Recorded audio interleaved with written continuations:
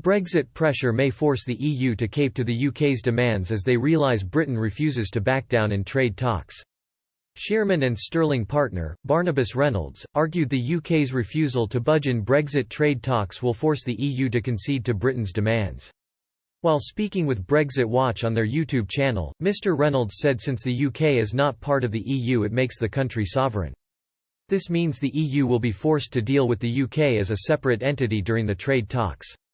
Mr. Reynolds claimed once the EU realises the UK will not agree to its close alignment rules, the bloc will be forced to consider caving to the UK's demands.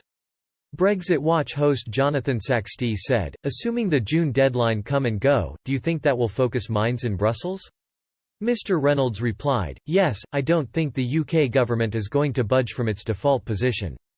It is not a negotiating position, it is a statement of fact. Having left the EU, the UK is sovereign, and with that concept, a number of things follow. This includes, the UK not following EU rules, it can't sign up for the European Court of Justice, in fact, the Northern Ireland Protocol is inconsistent with that and needs replacing." Mr. Reynolds then considered whether the EU's aggressive Brexit trade stance was simply to scare the UK into submission during the negotiations. He said, "Whether the EU was just trying it on, I don't know. But a whole host of propositions from the EU are just incompatible.